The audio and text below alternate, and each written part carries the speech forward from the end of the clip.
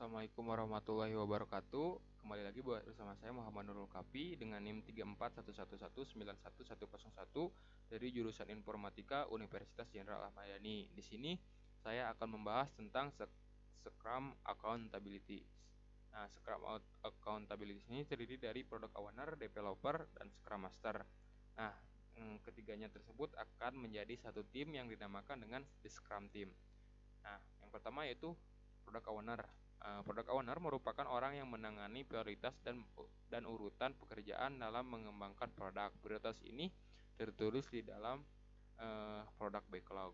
Nah, Product Owner mengatur apa yang harus diprioritaskan oleh developer untuk dibangun terlebih dahulu, apakah penambahan fitur baru atau menyelesaikan bug dan lain-lain gitu ya. Nah, di selanjutnya yaitu skill yang wajib dipunyai oleh seorang Product Owner. Yang pertama, komunikasi. Nah, komunikasi ini menjadi hal yang sangat penting karena nantinya Product Owner ini akan sering berkomunikasi dengan yang namanya tim developer. Nah, tim developer ini biasanya sangat kesulitan ya dengan apa tugas dari backlog. Nah, di sini dengan adanya komunikasi, mereka akan berkomunikasi atau berdiskusi.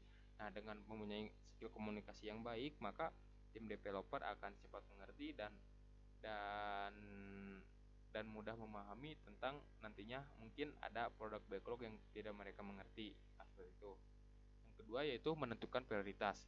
Biasanya di dalam produk backlog itu terdiri dari beberapa pekerjaan, bahkan banyak sekali pekerjaan. Nah, tugasnya di sini yaitu product owner harus bisa memilih pekerjaan mana aja sih yang harus dikerjakan terlebih dahulu atau diprioritaskan terlebih dahulu gitu ya. Nah, seperti itu. Nah, selanjutnya yaitu kemampuan developer. Product owner bertanggung jawab untuk mendelegasikan berbagai pekerjaan dari product backlog kepada tim developer. Nah, dengan memahami dan menguasai berbagai kemampuan dari developer, ia bisa lebih mudah mengatur pekerjaan tim ini secara teknis. Nah, dengan dengan mempunyai kemampuan developer ini, product owner akan bisa bertanggung jawab atau ya, misalkan kita memberikan suatu produk backlog. Nah, tidak dimengerti oleh tim developer untuk backlog itu. Nah, nanti si product owner ini bisa menjawab apa yang harus dikerjakan oleh tim developer ini atau menjelaskan apa yang harus dikerjakan oleh tim developer gitunya secara rinci, dan nantinya mungkin tim developer akan mudah memahami itu kalau kita mempunyai kemampuan developer gitu ya. Nah, selanjutnya itu skill yang harus wajib dimiliki yaitu manajemen. Nah, di sini product owner pemimpin tim developer dalam membangun suatu produk.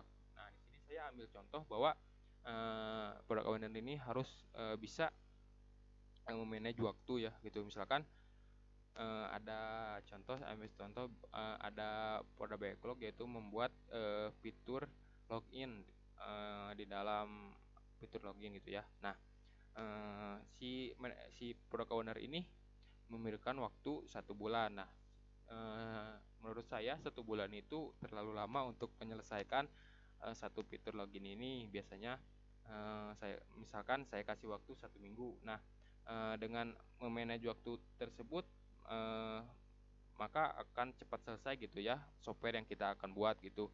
Dengan itu maka product owner harus memiliki skill manajemen yang baik gitu ya, bisa memanage waktu dan lain-lain gitu ya.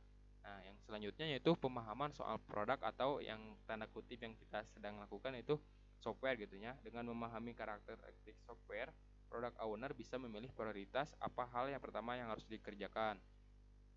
Misalkan kita ambil contoh product owner ini sedang membuat sistem akademik gitu ya. Nah, di dalam sistem akademik ini kan biasanya terdiri dari beberapa fitur. Nah, si product owner ini harus bisa membaca fitur-fitur apa saja sih apa saja sih yang harus dikerjakan terlebih dahulu di sistem akademik ini gitu. Nah, seperti itu. Selanjutnya yaitu tim developer. Nah, tim developer adalah seorang yang bertugas untuk mewujudkan desain sebuah produk atau layanan, biasanya berupa software dan website. Developer membuat produk dengan cara menulis baris-baris kode yang rumit dengan menggunakan berbagai bahasa pemrograman seperti Python atau JavaScript dan lain-lain. Nah, di dalam Scrum, tim developer ini tidak hanya seorang programmer gitu ya, tapi terdiri dari misalkan ada writer, designer, dan lain-lain gitu ya. Nah, tahapan Scrum yang harus dijalankan oleh seorang developer yang pertama yaitu tentu saja yaitu product backlog. Nah, product backlog ini biasanya akan diberi waktu gitu ya, misalkan 1 minggu untuk fitur login. Nah, si developer itu harus bisa memaksimalkan 1 minggu itu menyelesaikan fitur login tersebut gitu dan menyelesaikan product backlog yang telah diberikan dari product owner tadi gitu ya. Yang selanjutnya yaitu sprint planning meeting. Nah, pada fase ini semua tim berkumpul untuk mengidentifikasi tugas masing-masing. Selain itu, jadwal rilis dari masing-masing tim pun dibicarakan di sini. Nah, untuk sprint planning meeting itu mengidentifikasi tugas masing-masing gitu ya dalam tahap ini. Nah, yaitu selanjutnya yaitu tahap daily scrum. Nah, tahap ini biasanya bisa dikatakan sebagai tahap evaluasi karena anggota tim menyampaikan update pekerjaan harian masing-masing. Berbagai kendala pun bisa didiskusikan di sini. Proses daily scrum ini dijalankan setiap hari selama sprint berlangsung. Nah, yang selanjutnya ada sprint review meeting. Nah, dalam tahapan ini setiap anggota tim mendemonstrasikan yang sudah dia selesaikan dalam periode satu sprint. Dengan kata lain, sprint review ini dilakukan setiap satu sprint selesai. Nah, saya beri contoh, misalkan kita telah menyelesaikan fitur login gitu ya yang tadi. Nah, di sini kita akan mendemonstrasikan apa yang telah kita kerjakan, yaitu fitur login tadi didemonstrasikan. Nah, seperti itu. Nah, dalam tahap selanjutnya itu sprint retrospektif. Nah, dalam tahap ini semua anggota tim bisa menyampaikan pendapat dan evaluasi mengenai kinerja selama menerapkan Scrum. Namun hal-hal teknis dari proyek yang digarap tidak diikut dibahas di sini. Jadi di dalam sprint retrospektif ini tidak membahas tentang hal-hal teknis. Jadi di sini lebih membahas tentang pendapat dan evaluasi kinerja dalam menggunakan Scrum gitu ya. Yang selanjutnya yaitu Scrum Master. Nah, Scrum Master adalah orang-orang yang bertanggung jawab untuk mendukung penggunaan Scrum yang baik di dalam tim. Mereka akan menjalankan tugas tersebut dengan cara membantu masing-masing anggota untuk memahami bagaimana teori dan praktek yang harus dijalankan. Scrum Master akan berusaha memikirkan bagaimana pelaksanaan kerangka kerja Scrum yang terbaik untuk anggotanya. Scrum Master yang baik memang akan berkomitmen pada fondasi dan nilai-nilai yang ada pada Scrum.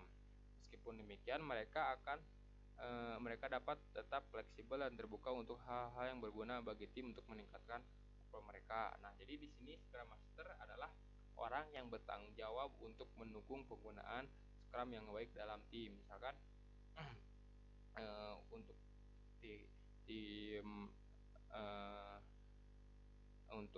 untuk tim developer, nah Scrum Master ini akan melihat kinerja mereka gitu ya, bagaimana mereka mempraktekkan dan mempraktekkan Scrum ini gitu. Nah, di sana Scrum Master bertanggung jawab untuk mendukung penggunaan Scrum yang baik di dalam tim. Nah, seperti itu.